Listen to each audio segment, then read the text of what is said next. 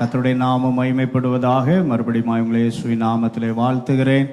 இம்மட்டும் கிருபையாய் நடத்தின நல்ல கர்த்தர் தொடர்ந்து நம்மை நடத்த வல்லவராய் இருக்கிறார். இந்த மகிமையின் ஆண்டிலே ஆண்டவர் ஆகிய தேவன் மகிமைப்படுத்தினேன், இன்னமும் மகிமைப்படுத்துவேன் என்று சொன்ன கர்த்தர் இன்னமும் நம்மை மகிமைப்படுத்தி நம்மை மேன்மைப்படுத்தி நம்முடைய வாழ்க்கையிலே தடைப்பட்டு இருக்கிற எல்லா தடைகளை ஆண்டவர் மாற்றி நம்முடைய வாழ்க்கையில மேன்மைகளை தந்து வழி நடத்துவாராக. இந்த மாதத்திற்கான வாக்குத்தத்த வசனத்தை நாம் சேர்ந்து வாசிக்கலாம்.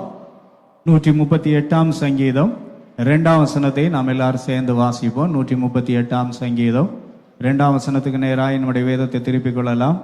எல்லாரும் எடுத்துக்கொள்வோம். 138 சங்கீதம் 2 வசனத்தை நாம் சேர்ந்து வாசிப்போம். உமது பரிசுத்த ஆலயத்திற்கு நேராக நான் பணிந்து உமது கிருபை நிமித்தமும் உமது உண்மை நிமித்தமும் உமது நாமத்தை துதிப்பேன். உமது சகல பிரஸ்தாபத்தை பார்க்கிலும் உமது வார்த்தையை நீர் மகிமைப்படுத்தி இருக்கிறீர். கர்த்தருடைய வார்த்தை மேன்மையானதாயிருக்கிறது.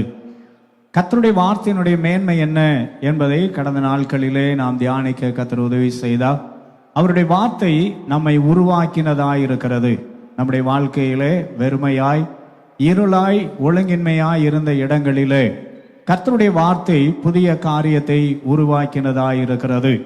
அது மாத்திரமல்ல, கர்த்தருடைய வார்த்தை நோக்கமுடையதாயிருக்கிறது. நம்முடைய வாழ்க்கையிலே தேவன் ஒரு பெரிய நோக்கத்தை, தேவன் தம்முடைய திட்டத்தை கர்த்தர் நம்முடைய வாழ்விலே வைத்திருக்கிறார். தேவ சித்தம், தேவ திட்டம் நம்முடைய வாழ்க்கையிலே நிறைவேறுகிறதா இருக்கிறது. அதே போல கர்த்தருடைய வார்த்தை இனிமையானது, இன்பமானது என்பதை நாம் பார்க்கிறோம். அவ்விதமாய் கர்த்தருடைய வார்த்தையின் மேன்மை மாத்திரமல்ல, கர்த்தருடைய வார்த்தையினாலே நமக்கு உண்டாகிறதான பயன் என்ன, நம்முடைய வாழ்க்கையிலே அந்த வார்த்தையினால் நமக்கு கிடைக்கிறதான மேன்மையான ஆசீர்வாதங்கள் என்ன என்று அநேக காரியங்களை நாம் வேதத்திலே தியானிக்க முடியும், பார்க்க முடியும். கர்த்தருடைய வசனத்திலே வாசிக்கிறோம். 2 தீமோத்தேயு 3 அதிகாரம் 17 வசனத்திலே விதமாக எழுதியிருக்கிறது. அவைகள் உபதேசத்திற்கும் கடிந்து கொள்ளுதலுக்கும் சீர்திருத்தலுக்கும் நீதியை படிப்பிக்கிறதற்கும் பிரயோஜனம் உள்ளதாயிருக்கிறது. கர்த்தருடைய வார்த்தை பிரயோஜனம் உள்ளது. எல்லாம் சொல்லுங்க, கர்த்தருடைய வார்த்தை பிரயோஜனம் உள்ளதாயிருக்கிறது. கர்த்தருடைய வார்த்தை பிரயோஜனம் உள்ளது. என்ன பிரயோஜனம் என்று 1-2 காரியங்களை இந்த காலை ஆராதனை வேளையிலே தியானிக்க கர்த்தருடைய ஆவியான உதவி செய்வாராக. முதலாவதாக, கர்த்தருடைய வார்த்தை நம்மை வழி நடத்துகிறதாயிருக்கிறது. வழிகாட்டியாயிருந்து வழி நடத்துகிறதான கர்த்தருடைய வார்த்தை. 119 சங்கீதம் 105 வசனத்திலே நாம் இவ்விதமாய் வாசிக்கிறோம். 119 சங்கீதம் 105 வசனத்திலே நாம் வாசிக்கிற பொழுது, உம்முடைய வசனம் என் கால்களுக்கு தீபமும் என் பாதைக்கு வெளிச்சமுமாயிருக்கிறது. அன்பான தேவ ஜனமே, நம்முடைய வாழ்க்கையிலே ஆண்டவர் ஒருவரே நம்மை வழிகாட்டியாயிருந்து வழி நடத்துகிறவராயிருக்கிறார். பல நேரங்களிலே நாம் செல்ல வேண்டிய பாதை இன்னதென்று நமக்கு தெரியவில்லை. நாம் பல நேரங்களிலே நாம் கடந்து செல்கிற பாதையிலே நாம் தளர்ந்து விடுகிறவர்களாக, நாம் சென்றடைய வேண்டியதான லக்கை நாம் அடைய முடியாதவர்களாக இருக்கிறோம். வேத புஸ்தகத்திலே நாம் பார்க்கும் பொழுது, இஸ்ரவேல் ஜனங்கள் ஏறத்தாழ 400 வருடம் அடிமைகளாயிருந்தார்கள். அடிமைத்தன வீடாகிய எகிப்திலிருந்து அவர்களை ஆண்டவராகிய தேவன் தம்முடைய தாசனாகிய மோசே அனுப்பி அவர்களை விடுதலை ஆக்கினார். விடுதலை ஆக்கி தேவன் அவர்களை வாக்குத்தத்த தேசமாகிய கானானுக்கு நேராய் அவர்களை வழி நடத்தினார். வேதம் சொல்லுகிறது, பாலும் தேனும் ஓடுகிற நலமும் விசாலமான தேசத்திற்கு நேராய் அவர்களை வழி நடத்தினார். அதை போல நம்முடைய வாழ்க்கையிலும் அக்கிரமங்களிலும் பாவங்களிலும் மரித்திருந்த நம்மை ஆண்டவராய் இயேசு கிறிஸ்து தம்முடைய சுய ரத்தத்தினாலே விடுதலையாக்கி நமக்கென்று வைத்திருக்கிற மேன்மையான கானான் தேசத்துக்கு நேராக, மேன்மையான அந்த பரலோகத்துக்கு நேராய் கர்த்தர் நம்மை வழி நடத்துகிறவராயிருக்கிறார். நம்முடைய நோக்கம் பரலோகமாயிருக்கிறது. எத்தனை பேர் ஆமேன் சொல்றீங்க? நம்முடைய எதிர்பார்ப்பு பரலோகமாயிருக்கிறது.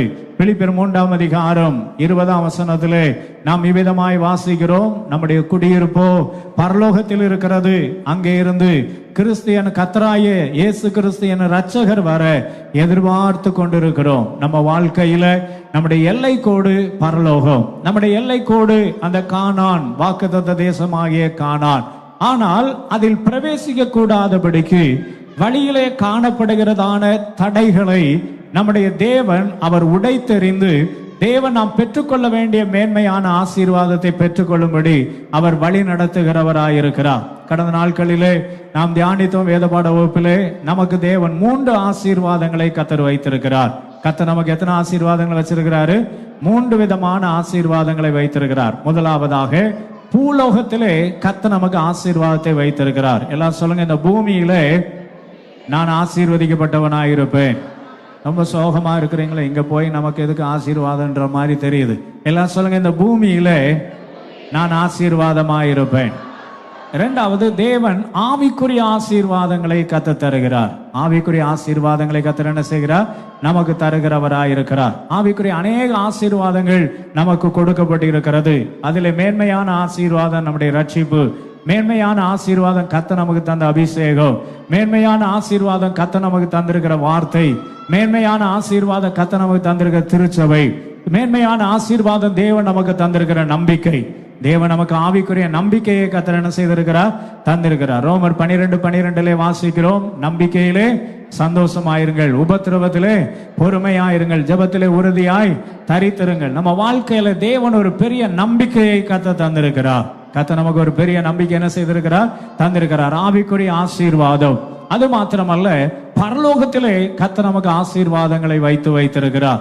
பரலோகத்திலே போனால் நமக்கு ஒரு நித்திய வீடு இருக்கிறது, நித்திய ஜீவன் இருக்கிறது, ஆளுகை இருக்கிறது. எந்தெந்த காரியங்கள் எல்லாம் ஆதாம் இழந்து போனாரோ, ஆதாம் இழந்து போன எல்லா காரியங்களை பரலோகத்திலே தேவன் நமக்காய் வைத்திருக்கிறார். ஆதாம் இழந்து போன தேவ சாயல், ஆதாம் இழந்து போனதான ஜீவ விருட்சத்தின் கனி, ஆதாம் இழந்து போனதான தேவனோடுள்ள உறவு, அந்த ஆளுகை எல்லாவற்றையும் நாம் பெற்றுக்கொள்ளும்படியாய் கர்த்தர் நம்மை பரலோகத்துக்கு கொண்டு போக போகிறார். ஆமென். எனவே நமக்கு இந்த 3 மேன்மையான ஆசீர்வாதங்கள் இருக்கிறது. பூமியிலும் நாம் ஆசீர்வதிக்கப்பட்டிருக்கிறோம், ஆவிக்குரிய ஆசீர்வாதங்களை பெறுகிறோம், நமக்கு பரலோகத்திலே தேவன் ஆசீர்வாதங்களை வைத்திருக்கிறார். எனவே நாம் ஆசீர்வாதங்களை பெற்றுக்கொள்ள கடந்து போகும் பொழுது, வாக்குத்தத்த தேசமாகிய கானானுக்கு நேராய் கடந்து போகிற நேரத்திலே இஸ்ரவேல் ஜனங்களுக்கு உண்டான தடைகளை போல நமக்கு பல தடைகள் காணப்படலாம். பல தடைகள் என்ன செய்யலாம்? காணப்படலாம். பஸ்கா ஆட்டுக்குட்டியின் ரத்தத்தினாலே இஸ்ரவேல் ஜனங்கள் அதை அடையாளமாய் தங்களுடைய வீட்டின் நிலைக்காலிலும் நிலை சட்டங்களிலும் பூசினார்கள். அதை பூசின பொழுது சங்கார தூதன் அவருடைய வீட்டுக்குள் பிரவேசியாமல் கடந்து போனான். சங்கார தூதன் கடந்து போனான். அவன் கடந்து போனான் என்பதை தான் பஸ்காவாக ஆசரித்தார்கள். அதை போல சங்கார தூதன் நம்முடைய வாழ்க்கையிலே வராதபடி நம்மேல் இயேசுவின் ரத்தம் பூசப்பட்டிருக்கிறது. நம்மேல் என்ன பூசப்பட்டிருக்கிறது? இயேசுவின் ரத்தம் பூசப்பட்டிருக்கிறது. இந்த இயேசுவின் ரத்தம் பூசப்பட்டதான தேவ பிள்ளைகளாய் நம்முடைய வாழ்க்கையிலே ஒரு விலையேறப்பட்ட பாதுகாப்பு நமக்கு தேவனால் உண்டாயிருக்கிறது. வேதத்திலே விதமாய் வாசிக்கிறோம். யோபு 1:10 நீர் அவனையும் அவன் வீட்டையும் அவனுக்கு உண்டான எல்லாவற்றை சுற்றில என்ன அடைத்திருக்கிறீர்? வேலி அடைத்திருக்கிறீர். உன்னத பாட்டு 4:12 வாசிக்கிறோம். என் சகோதரியே, என் மனவாளியே, நீ அடைக்கப்பட்ட தோட்டமும் முத்தரிக்கப்பட்ட கிணறும் மறைவு கட்டப்பட்ட நீரூற்றுமாயிருக்கிறாய் என்று எழுதப்பட்டிருக்கிறது. எனவே நம்முடைய வாழ்க்கையிலே நாம் ஒரு பெரிய பாதுகாப்புக்குள் உட்பட்டவர்களாயிருக்கிறோம். எல்லாம் சொல்லுங்க, நான் ஒரு பாதுகாப்புக்குட்பட்டவனாயிருக்கிறேன். கர்த்தர் நம்மை பாதுகாப்புக்குள்ளே கர்த்தர் நம்மை வைத்திருக்கிறார். அன்பான கர்த்தருடைய ஜனமே, இஸ்ரவேல் ஜனங்கள் இவ்விதமாய் பஸ்கா ஆட்டுக்குட்டியின் ரத்தத்தினாலே அவர்கள் பாதுகாக்கப்பட்டார்கள். அங்கே எகிப்தில் இருந்ததான பெரிய ராஜாவாய பார்வோனுடைய வீட்டில் இருந்து அடிமையின் வீடு வரைக்கும் எல்லா வீடுகளிலும் தலைப்பிள்ளை சங்காரம் உண்டாயிற்று. எல்லா தலைப்பிள்ளைகள் சங்காரம் பண்ணப்பட்டார்கள். ஆனால் இஸ்ரவேலரின் வீட்டிலோ பாதுகாப்பு இருந்தது. அதை போல நம்ம வாழ்க்கையில உலகத்துல என்ன காரியங்கள் நேரிட்டாலும் ஒரு சேதமும் அணுகாதபடி நம்மை காக்கிற நல்ல கர்த்தர் நம்மோடு இருக்கிறார். எத்தனை பேர் விசுவாசிக்கிறீர்கள்? நல்ல கரங்களை தட்டி ஆண்டவருக்கு ஒரு நன்றி பலி செலுத்தலாமே. எந்த தீங்கு நம்மை அணுகாதபடி நம்மை காக்கிறவர். 121:4 சங்கீதத்திலே வாசிக்கிறோம். இதோ இஸ்ரவேலை காக்கிறவர் உறங்குகிறதும் இல்லை, தூங்குகிறதும் இல்லை. 91 சங்கீதத்திலே வாசிக்கிறோம். உன்னதமானவரின் மறைவில் இருக்கிறவன் சர்வ வல்லவருடைய நிழலில் தங்குவான். நான் கர்த்தரை நோக்கி, நீர் என் அடைக்கலம், என் கோட்டை, என் தேவன், நான் நம்பி இருக்கிறவர் என்று சொல்லுவேன். அவர் உன்னை வேடனுடைய கண்ணிக்கு பாலாக்கும் கொள்ளை நோக்கும் என்ன செய்வார்? தப்பு வைப்பார். பாலாக்கும் கொள்ளை நோக்கி நம்மை தப்பு வைப்பார். உலகத்தில் இருக்கிற எல்லா தீங்குகளுக்கும் எல்லாவற்றுக்கும் விலக்கி காப்பார். காரணம், நீங்களும் நானும் பஸ்கா ஆட்டுக்குட்டி ஆகிய இயேசுவின் ரத்தத்தினால் பூசப்பட்டவர்கள், இயேசுவின் ரத்தத்தின் பாதுகாப்பில் இருக்கிறவர்கள். இந்த கால வேளையிலே பல காரியங்கள் உங்களை பயமுறுத்தி கொண்டிருக்கலாம், பல காரியங்கள் உங்களுக்கு விரோதமாக எழுப்பப்பட்டதை போல காணப்படலாம். எந்த காரியம் எழுப்பினாலும் வேதத்திலே வாசிக்கிற என்னாகமம் 23ஆம் அதிகாரம் 23ஆம் வசனத்திலே வேதம் இவ்விதமாய் சொல்லுகிறது. என்னாகமோ 23ஆம் அதிகாரம் 23ஆம் வசனத்திலே நான் வாசிக்கிறது. நான் இதிலே வேதம் சொல்லுகிறது, யாக்கோபுக்கு விரோதமான மந்திரவாதமும் இல்லை, இஸ்ரவேலுக்கு விரோதமான குறி சொல்லுதலும் இல்லை. எத்தனை பேர் விசுவாசிக்கிறீர்கள்?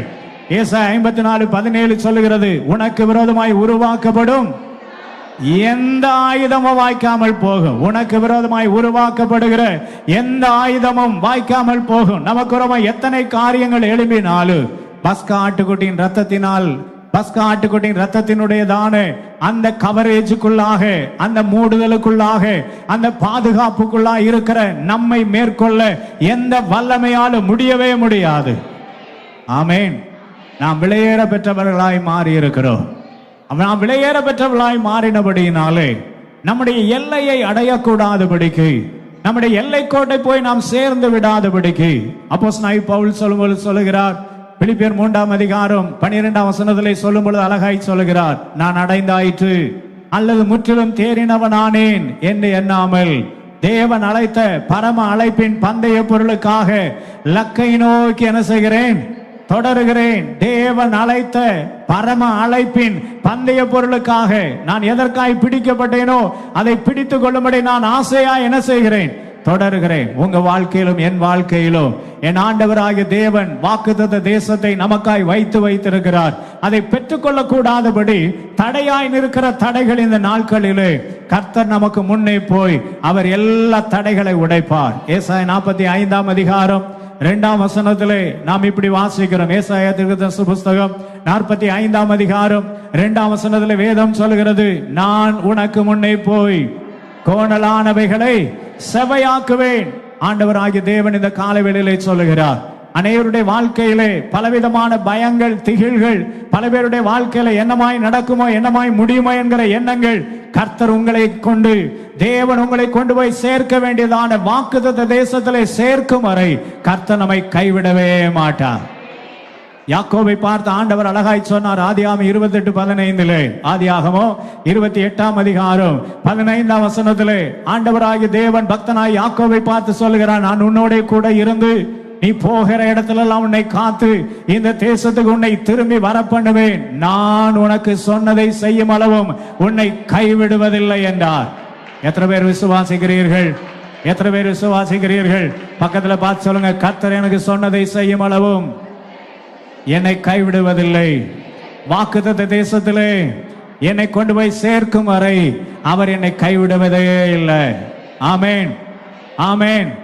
நான் விலையேற பெற்றவர்களாக, விலையேற பெற்ற நோக்கத்தோடு கடந்து போகிறபடியினாலே பல தடைகள் வரலாம். அங்கே பஸ்கா ஆட்டுக்குட்டியின் ரத்தத்தினாலே மீட்கப்பட்ட ஜனங்கள், இஸ்ரவேல் ஜனங்கள் எகிப்திலிருந்து விடுதலை ஆக்கப்பட்டு கானானுக்கு நேராய் பிரயாணப்படுகிறார்கள். முதல் பிரச்சனை என்ன வருதுன்னு சொன்னா, செங்கடல் முன்னாலே நிற்கிறது. செங்கடல் என்ன செய்கிறது? முன்னாலே நிற்கிறது. செங்கடல் என்ன சொல்லுகிறது? நீங்கள் இதை தாண்டி என்ன செய்ய முடியாது? போக முடியாது. இதை தாண்டி போக முடியாது. பக்கத்துல பார்த்து சொல்லுங்க, தாண்ட முடியாது என்கிறதான சூழ்நிலைமைகளை கர்த்தர் தாண்ட பண்ணுவார். அல்லேலூயா. எத்தனை பேர் உண்மையா விசுவாசிக்கிறீங்க? முன்னாலே நிற்கிறதான அந்த செங்கடல் சொல்லுகிற இதை தாண்டி நீ போகவே முடியாது. இப்ப ஆண்டவர் நம்முடைய பிரச்சனையின் மத்தியிலே சில சூழ்நிலைமைகளை நான் கடந்து போக முடியல, சில சூழ்நிலைமைகளை என்னால் இதை தாண்டி அடுத்த ஸ்டெப்புக்கு போக முடியல, என் ஆவிக்குரிய வாழ்க்கையில இதை தாண்டி முன்னாலே கடந்து போக முடியவில்லை, ஜெப ஜீவியத்துல முன்னால கடந்து போக முடியவில்லை, பரிசுத்தத்துல முன்னால கடந்து போக முடியவில்லை, தேவனுக்கு அடுத்த காரியங்களை முன்னால கடந்து போக முடியல, முன்னால ஒரு செங்கடல் போல இருக்கிற அந்த சூழ்நிலைமையில கர்த்தர் நம்மை பார்த்து ரெண்டு காரியம் செய்ய சொல்றார். என்ன செய்ய சொல்றாருன்னா, யாத்ராகமம் 14ஆம் அதிகாரம் 14ஆம் 15ஆம் வசனங்களை விதமாய் வாசிக்கிறோம். யாத்ராகமம் 14:14 கர்த்தர் உங்களுக்காக யுத்தம் பண்ணுவார், நீங்கள் சும்மா இருப்பீர்கள் என்றார். பக்கத்துல பார்த்து சொல்லுங்க பார்க்கலாம், சும்மா இருக்க வேண்டும். நல்லா சொல்லுங்க, சும்மா இருக்க வேண்டும். அது எப்படி சும்மா இருக்கிறது? கர்த்தருக்கு சோதனை. நமக்கு சும்மா இருக்க தான் பிடிக்கிறது இல்லை. அல்லேலூயா. சில பேரை ஒரு இடத்துல அமைதலா உட்காருங்கன்னா அதை போல தொல்லை எதுவுமே கிடையாது. ஒரு இடத்துல இருக்க முடியாது. ஆண்டவர் சொல்றாரு கொஞ்சம் உட்கார வேண்டும். கர்த்தருடைய வாழ்க்கையில முன்னாலே ஒரு செங்கடல் தோன்றுகிறது. செங்கடல் தோன்றுகிறது என்று சொன்னால் உடனே மண்டைக்குள்ள குறு குறு குறு குருன்னு ஓடும். தோத்துடும். பக்கத்துல பார்த்து சொல்லுங்க, மண்டைக்குள்ள ஒரு மாதிரி குறுகுறுன்னு ஓடுதா? நல்லா கேளுங்களேன். மண்டைக்குள்ள ஒரு மாதிரி குறுகுறுன்னு ஓடுதா? கர்த்தருக்கு ஸ்தோத்திரம். முன்னால என்ன நிக்குது? செங்கடல். நின்ன உடனே மண்டைக்குள்ள பார்த்தா நிறைய கொக்கியா விழுந்துருது. ஊறுபட்ட கொக்கியா கிடக்குது. தலையை திறந்து பார்த்தாச்சுன்னா தெரியும். இங்க இருக்கிற கொஞ்சம் பேர் மண்டையை திறந்து பார்த்தா மண்டைக்குள்ள நிறைய கொக்கி இருக்கிறது. கர்த்தருக்கு ஸ்தோத்திரம் உண்டு. அது முன்னால என்ன நிக்கிறது? செங்கடல் இருக்கிறது. இப்ப ஆண்டவர் என்ன சொல்றாருன்னா, இந்த செங்கடலை பார்த்த உடனே ஒன்னும் பிரச்சனைப்படாத, கொஞ்ச நேரம் அமைதலா உட்காரு. கொஞ்ச நேரம் எப்படி உட்காரு? அமைதலா உட்காரு. இந்த அமைதலா உட்கார நேரத்துல என்ன கண்டுபிடிக்கணுமா? 46ஆம் சங்கீதம் 10ஆம் வசனத்திலே விதமாய் வாசிக்கிறோம். 46ஆம் சங்கீதம் 10ஆம் வசனத்திலே விதமாய் வாசிக்கிறோம். நீங்கள் அமர்ந்திருந்து நானே தேவன் என்று அறிந்து கொள்ளுங்கள். ஜாதிகளுக்குள்ளே உயர்ந்திருப்பேன், பூமியிலே உயர்ந்திருப்பேன். உட்கார்ந்தா என்ன தெரியும்னா, நாம் ஆராதிக்கிற தேவன் பெரியவர் என்பதை கண்டுகொள்ள முடியும். அல்லேலூயா. பக்கத்துல பார்த்து சொல்லுங்க, என் பிரச்சனையை விட, என் சூழ்நிலைமைகளை விட நான் ஆராதிக்கிற தேவன் அவர் பெரியவராயிருக்கிறார். அது எப்ப தெரியும் அப்படின்னு சொன்னா, செங்கடலை பார்த்து மண்டையை போட்டு உருட்டுறதுனால அல்ல. செங்கடலை பார்த்தோன்னே கொஞ்ச நேரம் அமைதலா உட்கார்ந்தா நாம் ஆராதிக்கிற தேவன் இன்னார் என்பதை நாம் அறிந்து கொள்ள முடியும். அந்த சங்கீதம் இப்படி ஆரம்பிக்கிறது: தேவன் நமக்கு அடைக்கலமும் பலனும், ஆபத்து காலத்தில் அனுகூலமான துணையுமானவர். ஆகையால் பூமியே நிலை மாறினாலும், மலைகள் நடு சமுத்திரத்தில் சாய்ந்து போனாலும், அதை பெருக்கினால் பர்வதங்கள் அதிர்ந்தாலும் நாம் என்ன செய்ய மாட்டோம். எத்தனை பேர் அதை விசுவாசிக்கிறீர்கள்? எத்தனை பேர் உண்மையாய் விசுவாசிக்கிறீர்கள்? தேவ பிள்ளையே, இரத்தத்தால் மீட்கப்பட்ட தேவ ஜனமே, வாக்குத்தத்த தேசத்துக்கு நேராய் பிரயாணப்படுகிற தேவ ஜனமே, முன்னாலே நிற்கிறதான செங்கடல் நம்மை பார்த்து சொல்லுகிறது, இதை நீ தாண்டி போகவே முடியாது. இதை தாண்டி நீ வாக்குத்தத்த தேசத்தை சுதந்தரிக்க முடியாது. உனக்கென்று தேவன் வைத்திருக்கிற மேன்மையை சுதந்தரிக்க முடியாது என்று தடுத்து நிற்கிற அந்த செங்கடல் முன்பதாய் நீங்கள் சும்மா இருப்பீர்கள். அல்லேலூயா. இரண்டாவது சொல்றாரு பாருங்க, 15ஆம் வசனத்துல. 15ஆம் வசனத்துல என்ன வாசிக்கிறோம்? கர்த்தருக்கு ஸ்தோத்திரம் உண்டாவதாக. அப்பொழுது கர்த்தர் மோசேயை நோக்கி, நீ என்னிடத்தில் முறையிடுகிறது என்ன? புறப்பட்டு போங்கள் என்று இஸ்ரவேல் புத்திரருக்கு சொல்லு. நீ உன் கோலை ஓங்கி உன் கையை சமுத்திரத்தின் மேல் நீட்டி சமுத்திரத்தை பிளந்து விடு. ஒரு அல்லேலூயா சொல்லுங்க பார்க்கலாம். இன்னொரு அல்லேலூயா சொல்லுங்க பார்க்கலாம். இப்ப இரண்டாவது ஆண்டவர் என்ன சொல்றாருன்னா, உன்கிட்ட என் அதிகாரத்தை கொடுத்திருக்கிறேன். கர்த்தர் நம்ம கையில அதிகாரத்தை கொடுத்திருக்கிறார். பக்கத்துல பார்த்து சொல்லுங்க, கர்த்தர் என் கையில அதிகாரத்தை கொடுத்திருக்கிறார். இன்னொரு தடவை சொல்லுங்க, கர்த்தர் என் கையில அதிகாரத்தை கொடுத்திருக்கிறார். காவல்துறையினர் யாராவது கோவிச்சு கூடாது. போலீஸ்காரர் கையை நீட்டி ஒரு வண்டியை நிறுத்துறாரு. வண்டி நிக்குது. போலீஸ்காரர் கல்லனை பார்த்த உடனே கல்லன் ஓடுவானா, போலீஸ்காரர் ஓடுவாரா? கல்லன் தான் ஓடுவான். போலீஸ்காரர் ஓடினார்னா என்ன பிரச்சனை இருக்குதுன்னு அர்த்தம்? அவருக்கும் இவருக்கும் ஏதோ டீல் இருக்குன்னு அர்த்தம். பக்கத்துல பார்த்து சொல்லுங்க, டீல் ஏதாவது இருக்குதா? சொல்ல கேளுங்களேன், ஏதாவது டீல் இருக்குதா? கர்த்தருக்கு ஸ்தோத்திரம். நீங்க ஓடுறீங்கன்னா அவங்கிட்ட ஏதோ என்ன இருக்குதுன்னு அர்த்தம். அவன் சரக்கு உங்களிடத்தில் இருக்கு. அவன் சரக்கு உங்களிடத்தில் இருக்கு. ஆண்டவராய் இயேசு கிறிஸ்து விதமாய் சொன்னார், இந்த உலகத்தின் அதிபதி வருகிறான், அவனுடையது ஒண்ணும் என்னிடத்துல இல்ல. அவனுடையது ஒண்ணும் என்னிடத்துல இல்லைன்னா என்னை அசைக்க ஒருவனாலும் முடியவே முடியாது. கர்த்தர் நம்ம கையில அதிகாரத்தை கொடுத்திருக்கிறார். முதல்ல நாம் அமர்ந்திருந்து தேவனுடைய வல்லமையை நாம் பெற்றுக்கொள்ளுகிற நேரத்திலே, கர்த்தருடைய வேதம் சொல்லுகிற ஏசாயா 40:31 கர்த்தருக்கு காத்திருக்கிறவர்களோ, கர்த்தருக்கு காத்திருக்கிறவர்கள் என்ன பலன் அடைவார்கள்? அப்ப நாம காத்திருக்கிற நேரத்தில் நம்முடைய பலன் புதுப்பிக்கப்படுகிறது. காத்திருக்கிற நேரத்தில் கர்த்தருக்குள்ளே பலன் என்ன செய்யப்படுகிறது? புதுப்பிக்கப்படுகிறது.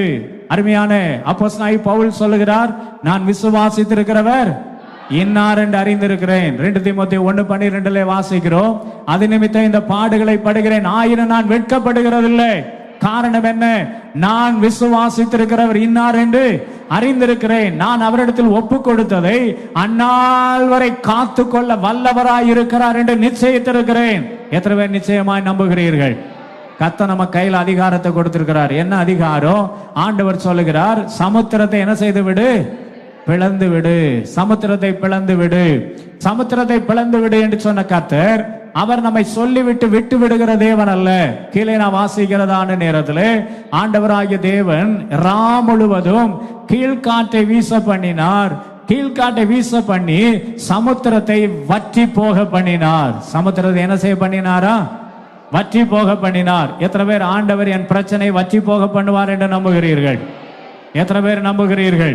கர்த்தர் நம்முடைய பிரச்சனைகளை எல்லாம் வற்றி போக பண்ண வல்லவராயிருக்கிறார். 21ஆம் வசனத்திலே நாம் அதை வாசிக்கிறோம். கர்த்தருக்கு ஸ்தோத்திரம். கர்த்தர் கீழ்காற்றை வீச பண்ணின பொழுது சமுத்திரம் ஒதுங்குபடி செய்து அதை வறண்டு போக பண்ணினார். அதை என்ன செய்ய பண்ணினாரா? வறண்டு போக பண்ணினார். நமக்கு இருக்கிற பிரச்சனை அடையாளம் தெரியாமல் போய்விடும். பக்கத்துல பார்த்து சொல்லுங்க, எனக்கு விரோதமான பிரச்சனைகள் அடையாளம் தெரியாமல் போகும்படி கர்த்தர் கிரியை செய்ய வல்லவராயிருக்கிறார். விசுவாசிகள் மட்டும் கரங்களை தட்டி ஆண்டவருக்கு ஒரு ஸ்தோத்திர பலி செலுத்தலாமே. நல்ல நல்ல கரங்களை தட்டி ஆண்டவருக்கு ஒரு ஸ்தோத்திர பலி செலுத்துங்க. கர்த்தருக்கு ஸ்தோத்திரம் உண்டாவதாக. ஆண்டவருடைய வார்த்தை சொல்லப்படுகிறது, அவன் இருக்கிற இடம் அவனை அறியாமல் போகும். எத்தனை பேர் விசுவாசிக்கிறீர்கள்? அவன் இருக்கிற இடம் அவனை என்ன செய்யாமல் போகும்? அறியாமல் போகும். அப்படின்னு அர்த்தம் என்னன்னா, தமிழ் உலக பிரகாரமாய் சொல்லுவார்கள், அடையாளம் இல்லாம என்ன செஞ்சிருவேன்? பண்ணிடுவேன். அது ஆண்டவர் பண்ணுவார். அல்லேலூயா. ஆண்டவர் அடையாளம் இல்லாமல் பண்ணுகிற தேவனாயிருக்கிறார். கர்த்தருக்கு ஸ்தோத்திரம் உண்டாவதாக. வேதத்திலே நான் பார்க்கிறோம், ஒருத்தன் குஷ்டரோகி ஆயிருக்கிறான். இயேசு ஆண்டவராகிய தேவன் அவனை சுகமாக்கினதான நேரத்தில் அவனுடைய மாமிசம் சிறு பிள்ளையின் மாம்சத்தை போல மாறிட்டான். சிறு பிள்ளையின் மாம்சத்தை போல என்ன செய்துட்டு மாறிட்டு. கர்த்தருக்கு ஸ்தோத்திரம் உண்டாவதாக. 2 ராஜாக்கள்ல 5ஆம் அதிகாரம் நினைக்கிறேன். கர்த்தருக்கு ஸ்தோத்திரம். அங்கே நான் வாசிக்கிறதான நேரத்தில் சீரியாவின் ராணுவத்திலே அங்கே நாகமான் என்று பேர் கொண்டதான ஒரு பிரபலமான ஒரு மனிதன் இருக்கிறான். அவனோ குஷ்டரோகி.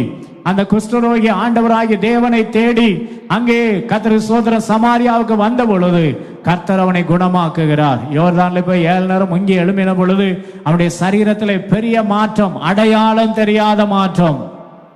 என்ன மாற்றம்? அடையாளம் தெரியாத மாற்றம். அதைத்தான் கர்த்தர் செய்ய போகிறார்.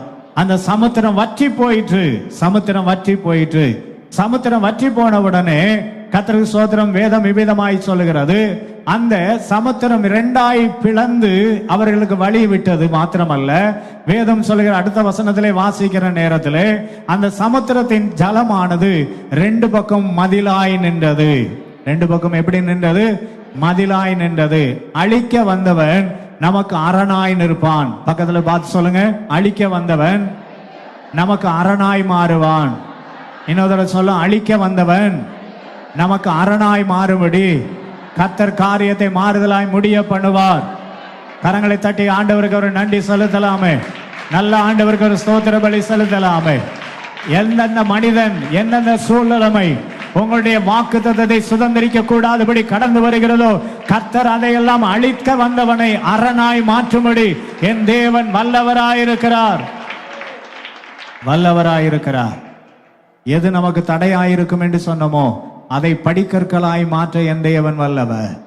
அதை படிக்கற்களாய் மாற்ற என் தேவன் வல்லவர். இந்த கால வேளையிலே எதெல்லாம் தடை என்று நினைக்கிறீர்களோ அந்த தடைகளை கர்த்தர் படிக்கற்களாய் கர்த்தர் மாற்றி விடுவார். ஆமென். அதிலே நாம் ஏறி கடந்து போகத்தக்கதாய் கர்த்தர் கிரியை செய்ய வல்லவர். முதலாவதாக நாம் பார்க்கும் பொழுது செங்கடல் அவர்களுக்கு குறுக்கே இருக்கிறது. 2வது, அவர்கள் 15ஆம் அதிகாரத்திலே நான் வாசிக்கிறதான நேரத்திலே கர்த்தருக்கு ஸ்தோத்திரம் உண்டாவதாக. செங்கடலை கடந்த உடனே நல்ல பாட்டு வருகிறது, நல்ல கைத்தட்டல் வருகிறது, நல்ல ஆவி நிறைவு வருகிறது. அந்நிய பாஷையெல்லாம் எப்போ வருகிறது? செங்கடலை கடந்த உடனே வருகிறது. மகிமையாய் கர்த்தர் வெற்றி சிறந்தார், அல்லேலூயா, தோத்திரம் எல்லாம் வருகிறது. ஆனால் அந்த ஸ்தோத்திரம் ரொம்ப நேரம் நிலை நிற்கவில்லை. காரணம் என்ன?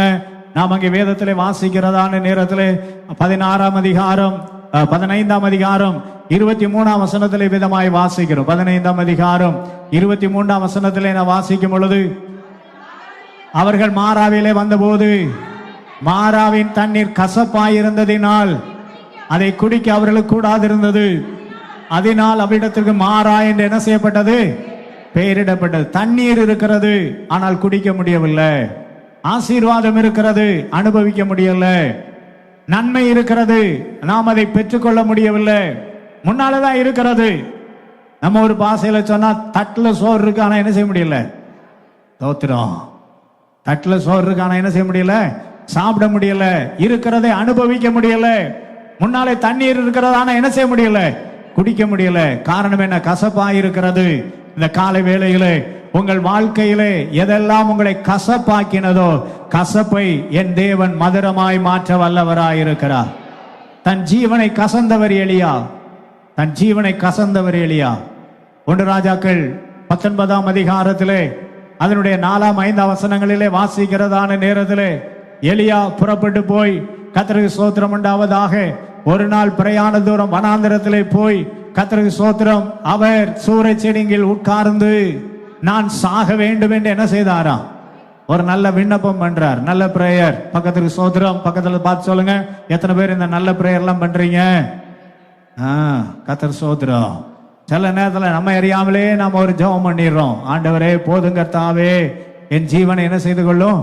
எடுத்துக்கொள்ளும். அவர் சொல்றார், ஆண்டவரே போதும் ஆண்டவரே அப்படின்னு சொன்னா ஆண்டவர் சொல்றார், இல்ல இல்ல இன்னும் கொஞ்சம் வேணும், இன்னும் கொஞ்சம் என்ன செய்யணும்? வேணும். இன்னும் கொஞ்சம் நீ போக வேண்டிய பிரயாணம் வெகு தூரம். பக்கத்துல பார்த்து சொல்லுங்க, கர்த்தருக்குள்ளாக நீங்கள் பண்ண வேண்டிய பிரயாணம் இன்னும் வெகு தூரமா இருக்கிறது. இன்னும் வெகு தூரமா இருக்கிறது. சோத்திரம். சில நேரம் காலாட்களோடு நடக்கும் போதே என்ன செஞ்சிடறோம்? சோர்ந்து போயிடுறோம். ஆண்டவர் சொல்லார், இது போதாது, இன்னும் குதிரையோடு ஓட வேண்டி இருக்கிறது. பக்கத்துல பார்த்து சொல்லுங்க, குதிரையோடு ஓட வேண்டி இருக்கிறது. சோத்திரம். இப்பமே என்ன ஆயிருது? காலாட்களோடு நடக்கும் போதே என்ன செய்வீர்கள்? ஆனால் சோர்ந்து போவீர்கள். ஆனால் கர்த்தருக்கு ஸ்தோத்திரம். சில பேர் சொல்லாங்க, ஐயா இந்த பாடு போதும், இதுக்கு மேல எனக்கு வேண்டாம். ஆண்டவர் சொல்லார், இல்ல இல்ல இல்ல இன்னும் கொஞ்சம் இருக்குது. இன்னும் கொஞ்சம் என்ன செய்யுது? இருக்குது. அக்கினி 1 மடங்கு இல்ல, இன்னும் ஒரு 7 மடங்கு இருக்குது. அப்பதான் உன்னோடு கூட கர்த்தர் இருக்கிறார் என்று நிரூபிக்கப்பட முடியும். எத்தனை பேரோடு கூட கர்த்தர் பேசுறார்? ஒரு அல்லேலியா சொல்லுங்க பார்க்கலாம். 1 தானங்க வந்திருக்கு, இன்னும் 7 மடங்கு இருக்குதா? அப்படியா? ஆமா. அந்த 7 மடங்கு வந்தா தான் உன்னை கட்டின கயிறு அவிழ்க்கப்படும். வேதம் அப்படித்தாங்க சொல்லுது. அக்னியை 7 மடங்கு அதிகமாக்கினான். அவனுடையதான உக்கிர கோபம் வந்தது. நம்ம மேல சில பேர் உக்கிர கோபம் வருகிறது என்றால் நமக்கு விடுதலை வருகிறது என்று அர்த்தம்.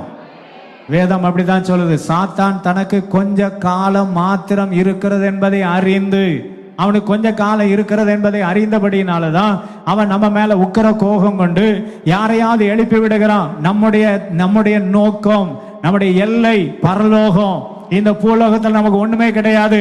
அந்த பரலோகத்தின் மேன்மை அடைய வேண்டும் என்பதற்காய் கடந்து போகிற நேரத்துல நம்ம வாழ்க்கையில சின்ன சின்ன பிரச்சனைகள் வேதத்துல நான் வாசிக்கிறதான நேரத்துல கர்த்தருடைய வசனம் சொல்லுகிறது, பாரமான யாவற்றையும் நம்மை சுற்றி நெருங்கி நிற்கிற பாவத்தையும் தள்ளிவிட்டு, அதெல்லாம் தள்ளுனாதான் நம்முடைய பரம அழைப்பின் பந்தய பொருளை பெற்றுக்கொள்ள என்ன செய்ய முடியும்?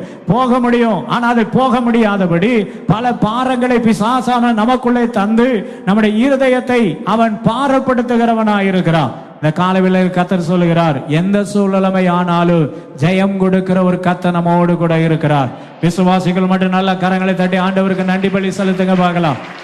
நான் சோர்ந்து போவதில்லை, நான் தோல்வி அடைவதில்லை. எனக்கு ஜெயம் கொடுக்கிற ஒரு சர்வ வல்லமையுள்ள தேவன் என்னோடு கூட இருக்கிறவராகவே இருக்கிறார். ஆமென். அவர் ஒரு நாள் நம்மை வெட்கப்படுத்துகிற தேவன் அல்லவே அல்ல. ஒரு நாள் வெட்கப்படுத்துகிற தேவன் அல்ல. கசந்து போனார் எலியா. அவர் சூறைச்செடியில் உட்கார்ந்து படுத்துக்கொண்டு போதுங்க தாவியின் ஜீவனை எடுத்துக்கொள்ளும் என்றார். ஆண்டவராகி தேவன் தூதனை அனுப்பினார். சூடான அப்பமும் தண்ணீரும் கொடுத்தார், குடித்தார், திரும்பவும் படுத்து கொண்டார். மறுபடியும் ஆண்டவர் எழுப்புகிறார். ஆண்டவர் சொல்லுகிறார், எப்பா நீ பண்ண வேண்டிய பிரயாணம் வெகு தூரம், நீ பண்ண வேண்டிய பிரயாணம் வெகு தூரம். வேதத்திலே விதமாய் வாசிக்கிறோம், அந்த ஆகாரத்தின் பலத்தினாலே இரவும் பகலுமாய், அந்த அருமையான ஆகாரத்தின் பலத்தினாலே அருமையான எலியா தீர்க்கதரிசி அவர் நடந்து எது வரைக்கும் போகிறாராம்? ஒரே பெண்கிற கர்த்தருடைய பர்வதம் வரைக்கும் அவர் கடந்து போகிறார். ஒரு அல்லேலூயா சொல்லுங்க பார்க்கலாம். சத்தம் ஒரு அல்லேலூயா சொல்லுங்க பார்க்கலாம்.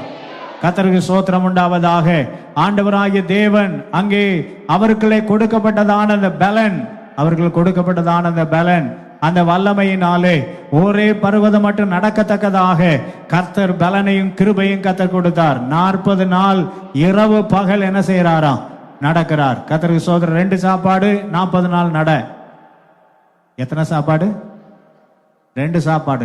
டபுள் ஆசீர்வாதம். பக்கத்துல பார்த்து சொல்லுங்க, டபுள் ஆசீர்வாதம் வந்தா 40 நாள் நடக்கணும். பக்கத்துல பார்த்து சொல்லுங்க, இன்னொருத்தர் சொல்லுங்க, டபுள் ஆசீர்வாதம் வந்தா 40 நாள் நடக்கணும். சோர்ந்து போனா விட மாட்டாருங்க. படுத்து கிடக்கிறவன படுக்கெல்லாம் விட மாட்டாரு. படுத்து கிடக்கிறவன ஆண்டவர் என்ன செய்ய மாட்டாரு? படுத்து கிடக்கெல்லாம் விட மாட்டார். உங்க மேல கர்த்தர் ஒரு நோக்கம் வைத்திருக்கிறார். உங்க மேல கர்த்தர் ஒரு அன்பு வைத்திருக்கிறார். கர்த்தர் உங்க மேல ஒரு திட்டம் வைத்திருக்கிறார்.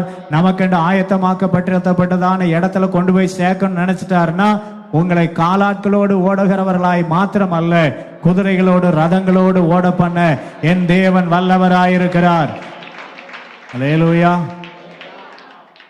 கர்த்தருடைய வசனம் சொல்லுகிறது, அந்த பலத்தினாலே அவர் என்ன செய்தாராம்? கர்த்தருக்கு ஸ்தோத்திரம் உண்டாவதாக. 8ஆம் வசனத்திலே 19ஆம் அதிகாரம் 8ஆம் வசனம்.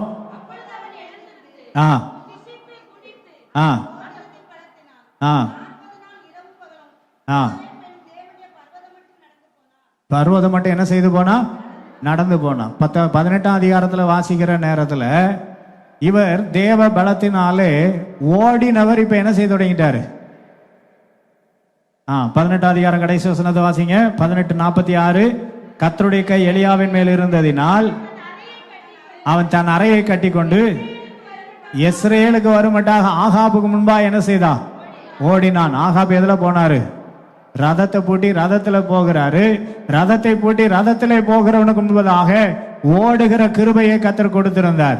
பக்கத்துல பார்த்து சொல்லுங்க, நீங்க ஓடுகிறவர்கள், கர்த்தருக்காய் ஓடுகிறவர்கள். நம்ம மேலதான் சாத்தானுடைய கண் இருக்கும். நம்ம மேலதான் சாத்தானுடைய கண் என்ன செய்யும்? இருக்கும். கர்த்தருக்காய் ஓடுகிறவர்கள், பிரயாசப்படுகிறவர்கள், அவர்களை தடை செய்யும்படி எத்தனை எத்தனைகளை அவன் கொண்டு வந்தாலும் உலகத்தில் இருக்கிறவன் இல்லை, நம்மில் இருக்கிறவர் பெரியவர். அவர் நம்மை ஜெயிக்க பண்ண வல்லமை உள்ள நல்ல தேவனாயிருக்கிறார். நம்மை ஜெயிக்க பண்ணுகிற நல்ல தேவனாயிருக்கிறார்.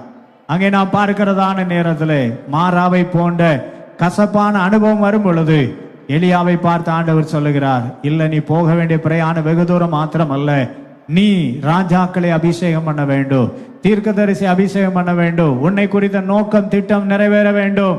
மாறா மதுரமாய் மாறும். மாறா மதுரமாய் என்ன செய்யும்? மாறும். இந்த காலை வேளையில நம்ம வாழ்க்கையில நம்மை கசப்புற பண்ணின எந்தெந்த காரியங்கள் இருக்கிறதோ எல்லா கசப்பை கர்த்தர் மாற்றி போட வல்லவராயிருக்கிறார். ஒரு சகோதரி தன்னுடைய வாழ்க்கையில மாறா என்று சொன்னார். அவளை இன்பமானவள் என்று கர்த்தர் பேர் வைத்திருந்தாள். நகோமி அப்படின்னா என்னன்னு அர்த்தம்? இன்பமானவள், இனிமையானவள். இன்பமான இருந்ததான அவளுக்கு அங்கே மாறா வந்தது. காரணம் என்ன?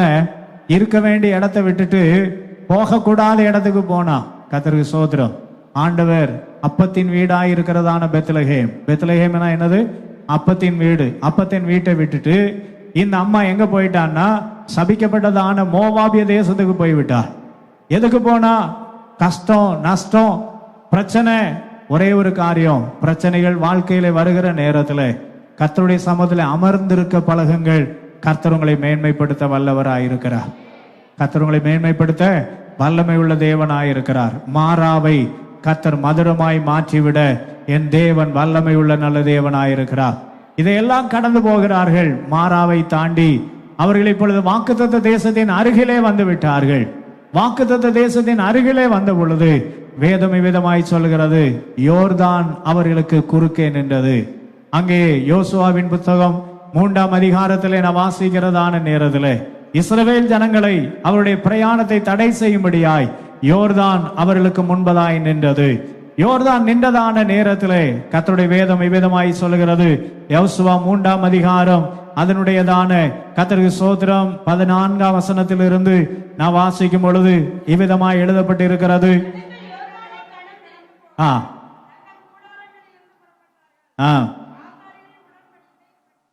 உடன்படிக்கை பெட்டியை ஜனங்களுக்கு முன்னே சுமந்து கொண்டு போய் யோர்தான் மட்டும் வந்தார்கள். யோர்தான் அறுப்பு காலம் முழுவதும் கரை புரண்டு போம். பெட்டியை சுமக்கிற ஆசாரியலின் கால்கள் தண்ணீரின் ஓரத்தில் பட்டவுடனே மேலே இருந்து ஓடி வருகிற தண்ணீர் நின்று சாதானுக்கு அடுத்த ஆதாம் ஊரு வரைக்கும் ஒரு குவியலா என்ன செய்தது? குவிந்தது. அன்பான கர்த்தருடைய ஜனமே, யோர்தானை பின்னிட்டு போகத்தக்கதாக தேவ பிரசன்னம் நமக்குள்ளே இருக்கிறது. எல்லாம் சொல்லுங்க, தேவ பிரசன்னம் எனக்குள்ளே இருக்கிறது. தேவ பிரசன்னம் எனக்குள்ளே இருக்கிறது. 1 கொரிந்தியர் 3ஆம் அதிகாரம் 16ஆம் வசனத்திலே விதமாய் வாசிக்கிறோம். 1 கொரிந்தியர் 3ஆம் அதிகாரம் 16ஆம் வசனம் சொல்லுகிற, நீங்கள் தேவனுடைய ஆலயமாய் இருக்கிறீர்கள் என்றும் தேவனுடைய ஆவி உங்களில் வாசமாய் இருக்கிறார் என்று என்ன செய்யாதிருக்கிறீர்களா? அறியாதிருக்கிறீர்களா? அப்ப நான் தான் தேவ ஆலயம். நான் தான் என்ன ஆலயம்? தேவனுடைய ஆலயம். கர்த்தருக்கு ஸ்தோத்திரம் உண்டாவதாக. வேத பாட வகுப்பிலே படிக்கிறோம். ஆசரிப்பு கூடாரத்திலே 2 பிரதான பிரிவுகள் இருக்கிறது. அதை 2வது பிரிவு, முதலாவது இருக்கிறது பிரகாரம், அடுத்தது வாசஸ்தலம். வாசஸ்தலம் 2 பிரிவாய் பிரிக்கப்பட்டது. பரிசுத்த ஸ்தலம், மகா பரிசுத்த ஸ்தலம். இதுல 7 விலையேறப்பட்ட பொருட்கள் வைக்கப்பட்டு இருக்கிறது. பிரகாரத்திலே பலிபீடமும் வெண்கல தொட்டி என்ற கடல் தொட்டியும் இருக்கிறது. பரிசுத்த ஸ்தலத்திலே நாம் பார்க்கிறதான நேரத்திலே குத்துவிளக்கு, அதோடு கூட தூப பீடம், அதோடு கூட சமூக தப்பது மேஜை 3 வைக்கப்பட்டு இருக்கிறது. நாம் உள்ளே கடந்து போகும் பொழுது மகாபரிசுத்த ஸ்தலத்திலே திரையின் பின்பதாக உடன்படிக்கை பெட்டி இருக்கும். உடன்படிக்கை பெட்டி மேலாய் கிருபாசனம் இருக்கும். பழைய ஏற்பாட்டு காலத்திலே பிரதான ஆசாரியன் வருடத்துக்கு ஒரு முறை மாத்திரம் ஜனங்களுடைய பாவ நிவர்த்திக்கான ரத்தத்தை ஒரு கையிலும் தன்னுடைய பாவ நிவர்த்திக்கான ரத்தத்தை இன்னொரு கையிலும் எடுத்துக்கொண்டு பயத்தோடும் பக்தியோடு தேவாலயத்தில் அங்கே கர்த்தருடைய சமூகத்தில் பிரவேசிப்பார்கள். அத்தனை பயங்கரமான அந்த பரிசுத்த ஸ்தலத்தை ஆண்டவர் நமக்குள்ளே வைத்திருக்கிறார். நம்மை தேவன் தம்முடைய ஆலயமாய் மாற்றி இருக்கிறார். நம்மை தேவனுடைய ஆலயமா என்ன செய்திருக்கிறார்? மாற்றி இருக்கிறார். நமக்குள்ளே தேவன் வாசம் பண்ணுகிறார். நமக்குள்ளே தேவன் வாசம் பண்ணுகிறார். கர்த்தருடைய வேதத்திலே நாம் இவ்விதமாய் வாசிக்கிறோம். 2 கொரிந்தியர் 6ஆம் அதிகாரத்திலே நாம் வாசிக்கிறதான நேரத்திலே ஆண்டவராகிய தேவன் நமக்கு வாக்குத்தத்தம் பண்ணினதான வாக்குத்தத்தமான காரியம் என்ன என்று நாம் பார்க்கிறதான நேரத்திலே, நான் அவர்கள் நடுவே வாசம் பண்ணி அவர்களுக்குள்ளே உலாவி அவருடைய தேவனாயிருப்பேன். அவர்களுக்குள்ளே உலாவி அவருடைய தேவனாயிருப்பேன். கர்த்தருக்கு ஸ்தோத்திரம் உண்டாவதாக. அப்ப ஆண்டவர் நமக்குள்ளே உலாவி நம்முடைய தேவனாயிருப்பார். 16ஆம் வசனத்திலே வாசிக்கிற 2 கொரிந்தியர் 6:16, தேவனுடைய ஆலயத்துக்கு விக்கிரகங்களுக்கு சம்மதம் ஏது? நாம் அவர்களுக்குள்ளே வாசம் பண்ணி அவர்களுக்குள்ளே உலாவி அவர்கள் தேவனாயிருப்பேன். அவர்கள் என் ஜனமாயிருப்பார்கள். அவர்கள் என் ஜனமாயிருப்பார்கள். நீங்கள் தேவனுடைய ஆலயமாயிருக்கிறீர்கள். அப்ப நாம் கடந்து போகும் பொழுது பிரச்சனையாய் இருக்கிற யோர்தான் எல்லாம் பின்னிட்டு திரும்பி விடும். பிரச்சனையா இருக்கிற யோர்தான் எல்லாம் என்ன செய்து விடும்? பின்னிட்டு திரும்பி விடும். கர்த்தனமோடு கூட இருக்கிறவராயிருக்கிறார். இந்த காலை வேளையிலே வாக்குத்தத்த தேசத்தை சுதந்திரிக்கும்படியாய் கடந்து போகிற நம்முடைய வாழ்க்கையிலே தடையாய் இருக்கிற தடைகள் எல்லாம் கர்த்தருடைய வார்த்தையினால் உடைக்கப்படுவதாக. ஜெபிப்போமா? எல்லாரும் ஆண்டவரை நோக்கி பார்ப்போம். முடிந்தால் முழங்கால் படிடலாம், முடியாத எளிமையில் இருக்கலாம். கர்த்தருடைய சமூகத்திலே, ஆண்டவரே, என் வாழ்க்கையில என் முன்னேற்றத்திற்கு, என்னுடைய ஆசீர்வாதத்திற்கு, என்னுடைய மேன்மைக்கு தடையாயிருக்கிற எல்லா தடைகள் மாற்றப்படட்டும் என்று சொல்லி அப்படியே ஆண்டவரை நோக்கி நாம் கேட்கலாமா? கொஞ்ச நேரம் தடையாய் இருக்கிற எல்லா தடைகளை கர்த்தரே மாற்றி போட வல்லவராயிருக்கிறார். அவருடைய நாமத்தில் எல்லா தடைகள் உடைக்கப்படட்டும். முன்பதாய் இருக்கிறதான எல்லா செங்கடல், முன்னால் இருக்கிற எல்லா மாறா, எல்லா யோர்தான் எல்லாம் பின்னிட்டு திரும்பும்படியாய் கர்த்தர் நம்முடைய வாழ்க்கையிலே அழிவுக்கென்று இருக்கிறவைகளை ஆண்டவராகிய தேவன் நமக்கு அரணாய் மாற்றிவிட என் தேவன் வல்லவராய் இருக்கிறார். என் தேவனால் கூடாத காரியம் ஒன்றுமில்லவே இல்லை. என் தேவன் எனக்காக யாவையும் செய்து முடிக்கிற நல்ல கர்த்தர். அப்படியே ஆண்டவரை நோக்கி நாம் பார்க்கலாமா? ஏசப்பா, என் வாழ்க்கையில நீங்க பெரிய காரியங்களை செய்ய வல்லவராயிருக்கிறீர். என்னுடைய வாழ்க்கையில தடையாய் இருக்கிற தடைகளை எல்லாம் உடைத்து போடுகிறவராயிருக்கிறீர். எல்லா தடைகள் இயேசுவின் நாமத்திலே மாற்றப்படட்டும். வாக்குத்தத்த தேசத்தை சுதந்திரிக்க கூடாதபடி முன்னாலே தடையாய் இருக்கிற தடைகளை கர்த்தர் உடைத்து போடும்படியாய் ஆண்டவரை நோக்கி நாம் சொல்லலாமா? ஏசப்பா, உம்முடைய நாமத்திலே தடைகளை உடைக்கிறோம். எல்லா தடைகள் எல்லாம் மாறி போகட்டும் ஆண்டவரே என்று சொல்லி கர்த்தருடைய கரத்திலே அர்ப்பணிக்கலாம். வழி நடத்தும் வல்ல தேவன், வாழ்வில் நாயகனே, வழி நடத்தும் வல்ல தேவன், வாழ்வில் நாயகனே, வாழ்வில் நாயகனே, நாம் தாழ்வில் நாயகனே, வழி தேவன் வாழ்வில் நாயகனே. பரதேச பிரயாணிகளே நாம் வாழும் பாரினிலே, பரதேச பிரயாணிகளே நாம் வாழும் பாரினிலே, பரமானந்த தோடே செல்வோ பரந்தான் நம்முடனே. இயேசு பரந்தான் நம்முடனே. வழி நடத்தும் வல்ல தேவன் வாழ்வில் நாயகனே. வழி நடத்தும் வல்ல தேவன் வாழ்வில் நாயகனே. அவரே நம்மை வழி நடத்துகிற தேவன். நாம் பரதேச பிரயாணிகளாய் கடந்து போகிற இந்த பாதையிலே என்ன சூழ்நிலைமைகள் வந்தாலும், என்ன இன்னல்கள் வந்தாலும், அவர் நம்மை கடத்தி கொண்டு போக வல்லவராய் இருக்கிறார். அவர் ஒருவரே என்னோடு கூட இருந்து நடத்துகிற விசுவாசிகள் மட்டும் கொஞ்ச நேரம் கர்த்தரை ஸ்தோத்திரம் பண்ணலாமா? எல்லா தடைகள் மாறட்டும், எல்லா செங்கடல் பிளந்து போவதாக, எல்லாம் மாறா மதுரமாய் மாறுவதாக, எல்லா யோர்தான் பின்னிட்டு திரும்புவதாக. அவருடைய நாமத்திலே ஜெயம் எடுக்கும்படியாய் கொஞ்ச நேரம் கர்த்தரை துதிக்கலாம். ஆமென். உம்முடைய கரத்தில் எங்களை அர்ப்பணிக்கிறோம் டாடி. தடையாய் நிற்கிற தடைகள் மாறட்டும், பெரிய காரியங்களை செய்யும் இயேசுவின் என்ப நாமத்தில் பிதாவே. என் ஆத்துமாவே என் முழு உள்ளமே பரிசுத்த நாமத்தை ஸ்தோத்திரி. என் ஆத்துமாவே கர்த்தரை ஸ்தோத்திரி. கர்த்தர் செய்த சகல உபகாரங்களை மறவாதே. ஆமென். நம்முடைய கர்த்தராகிய இயேசு கிறிஸ்துவினுடைய கிருபையும் பிதாவாகிய தேவனுடைய அன்பு பரிசுத்த ஆவியானவருடைய அந்யோன்ய ஐக்கியமும் ஆசீர்வாதமும் சமாதான கிருபையின் நன்மையும் நம் அனைவரோடும் இன்றும் என்றும் சதா காலங்களிலும் இருப்பதாக.